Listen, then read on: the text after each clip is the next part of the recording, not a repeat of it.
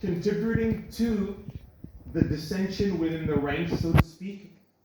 So, one of the most insidious forms of Islamophobia is to do precisely this, is to make people afraid. Afraid of being who they are, and you have every right to express your lived reality, even by a democratic ethos, by the way. That freedom and that equality gives you the right to express your faith in a way that is, I believe, the mainstream, typical way that the vast, overwhelming majority of Muslims express their faith.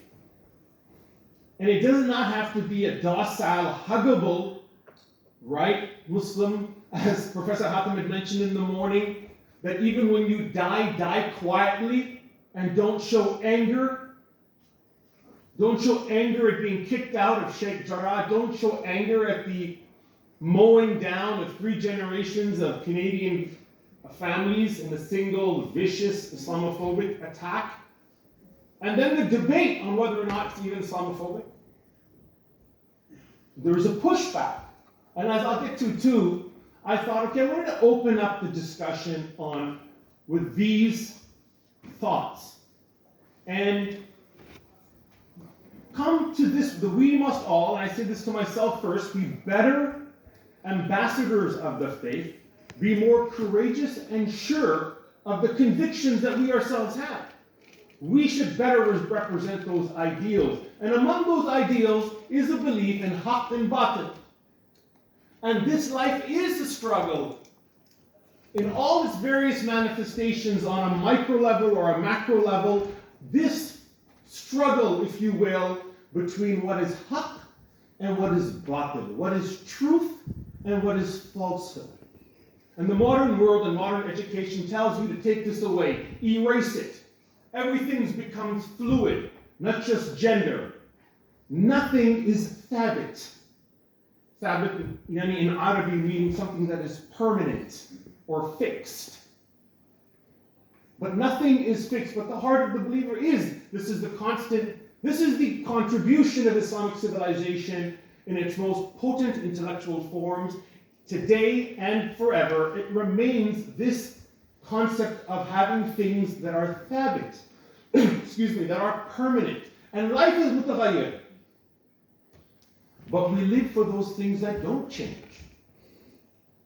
So this truth and falsehood is very much and must be very much part of who we are and how all, especially the young scholars, must confidently project our worldview and the values that we have. And again, we have every right to do so, even by what the brother was saying before, the Universal Declaration of Human Rights. It entitles you. I worked at the United Nations. I can tell you that one of the most interesting things I used to see, there's 54 Muslim countries. And I would say almost close to 1/3 of the actual population of the United Nations, in some shape or form, is going to be Muslim. That's how many people. There's about 8,000 people working there. I don't know if it's less now. But you can imagine. More than 2,000. Just the embassies, people coming from the home countries, and the staff there as well. And there's hardly any interaction between that community, our community, with each other. They won't respond to salam.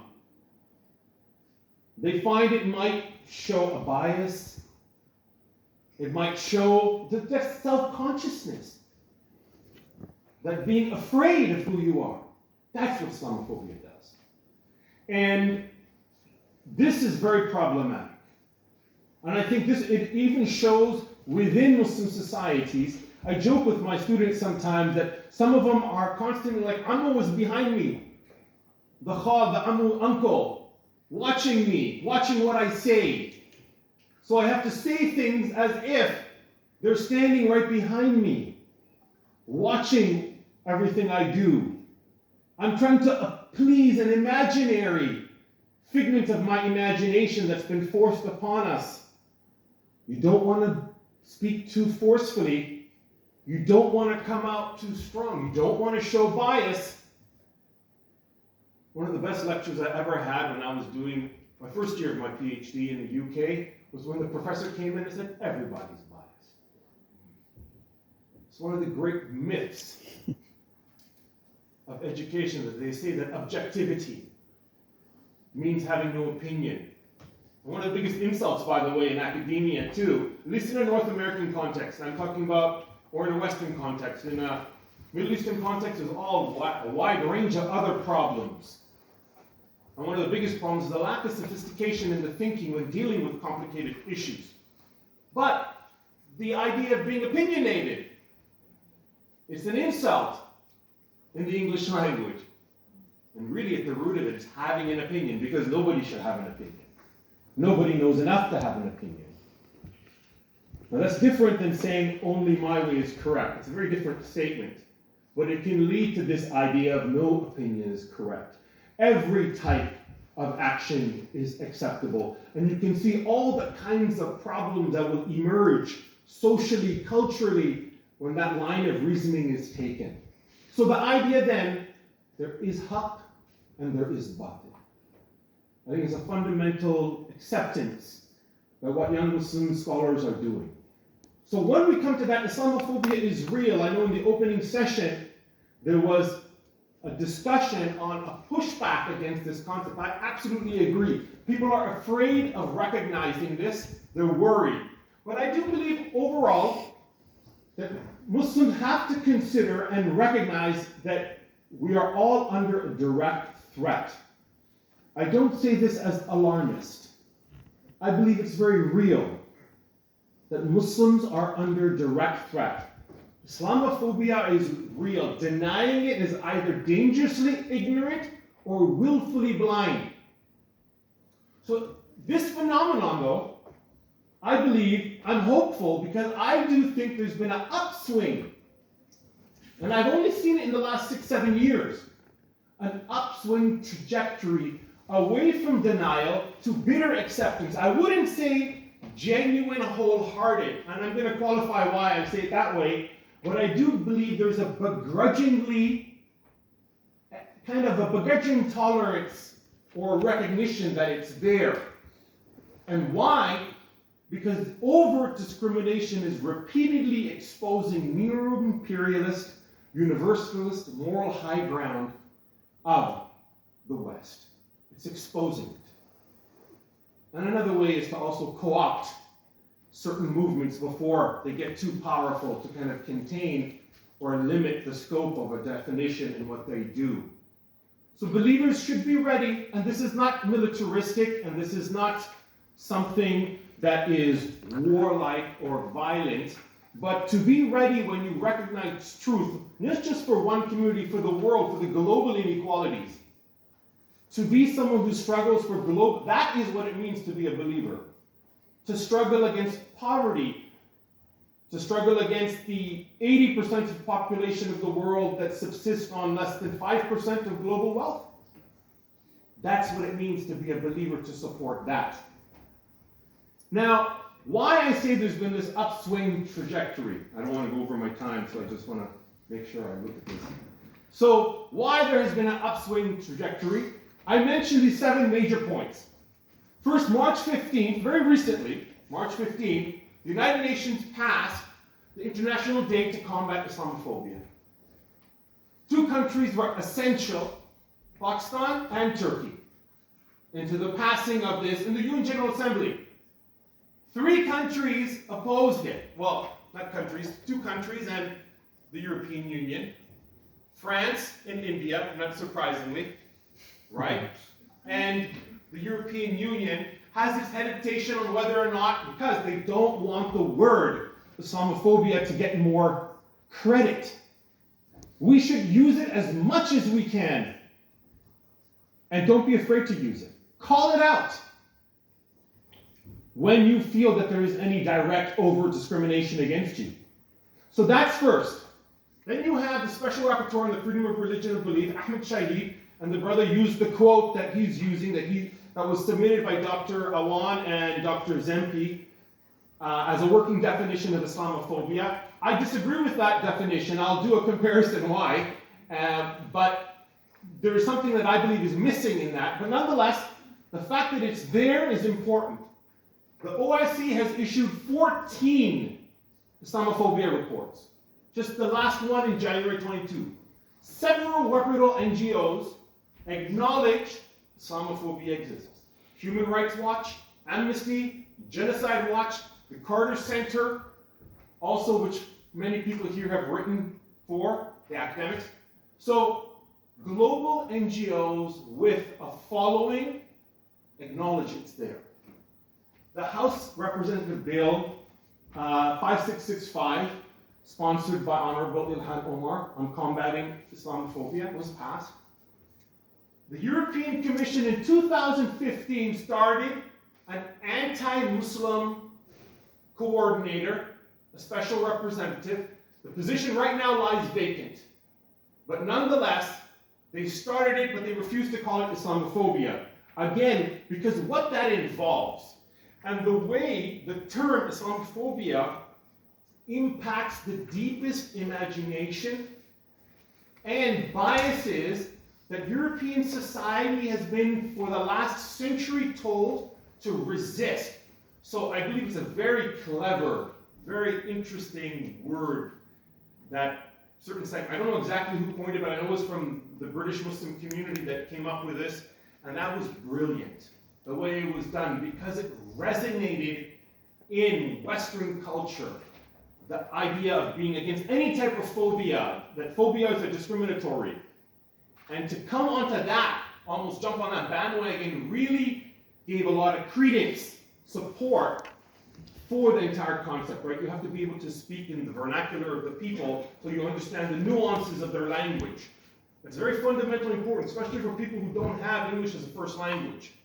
This is a major problem I'm finding in the scholarship and in understanding, is because they don't have that fluency, so they're not able to communicate effectively or understand the power of certain phrases and how it would resonate, how baseball resonates in American society.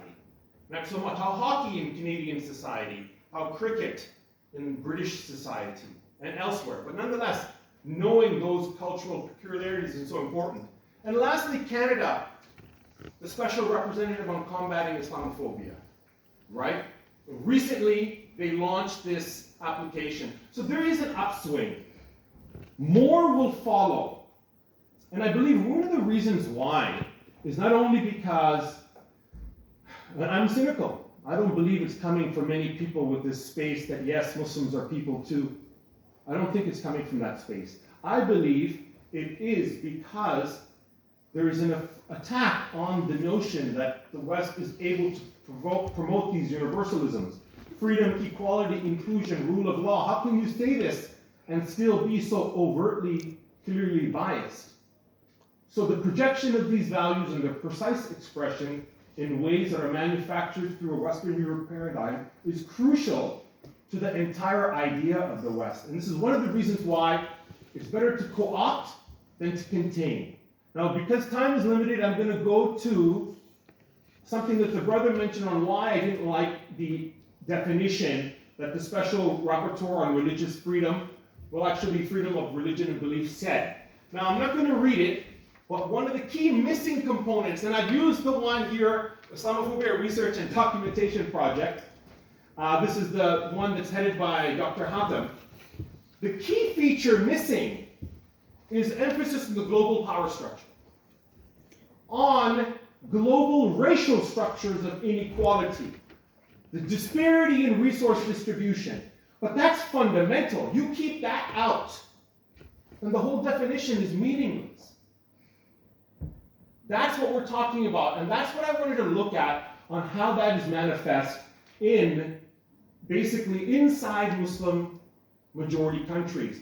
How does Islamophobia, and this is what the objective of my research into Islamophobia is to explore the intersections of global structures of power and inequality that weaponize Islamophobia to marginalize Muslim communities inside Muslim majority polities that are particularly done by co-opting outlier or minority segments of society. How does that work to then cripple from inside? And these are serious accusations. Because whenever you have minorities ruling over a majority population, the only way you can do so is through brute force, military power, that more often than not comes from outside. So if you look throughout the Muslim world, the military or the people that are at power usually don't reflect the values of the majority of people. Their behavior is the opposite of the majority of their people. When it comes to drinking, when it comes to certain debaucherous behavior, the people don't behave that way. But the leadership is behaving in ways like this, just to talk about them on a socio-cultural level. Now, rather than get into I want to just show you a graph. And it's something I really like what Dr. Salman said yesterday. Well, a few things I like, but what particularly production of knowledge is not an individual effort. This will be my last slide. So Ibn Khaldun talks about this. And I know the university is named after Ibn Khaldun, and I hope all of us, and myself, I really want to appreciate the magnitude and the magnificence of someone of his stature. Toynbee talked about Ibn Khaldun and said, nowhere ever has any man produced any work as great as Al-Muqaddimah. And his study of history in 7 volumes was basically, well, to not be charitable, ripping off Ibn Khaldun and rewording a lot of the ideas, but he acknowledged it, and presenting it to the world. And I like to read and then map it out. What's he basically saying about Umran, civilization? And then I like to add in certain things. So for example, you have Allah subhanahu wa ta'ala, that you have human beings that struggle for food and survival that will naturally lead to cooperation. Cooperation leads to social organization. That leads to conflict. And while that conflict is happening, he mentions 2 things that are essential for any leadership to emerge, which is consensus building and the restraining influences. Leadership has these 2 qualities. That group will be able to attain mastery over other groups. And there's always this competition between groups, worldwide and within a society. So this competition is what I refer to as the multiple asabiyas. And these asabiyas are competing for state power. The winner group is what I refer to as the civic Islamic group. And it has those 7 features I won't get into, but nonetheless, that's what my article talks about. And that competition between these different groups, the winner group must also sometimes work against the other losing groups that may then be co-opted by outside powers on tropes that are Islamophobic. And that's the precise way that I wanted to look at how do they co-opt certain aspects of, military leadership, political leadership in societies. Today is July 15, the day of the failed coup. Every Turk who studies it knows that there was an outside hand. John Bolton just admitted it. So that overall is the gist of my article, and I'm sorry if I took any more time. Thank you very much for listening.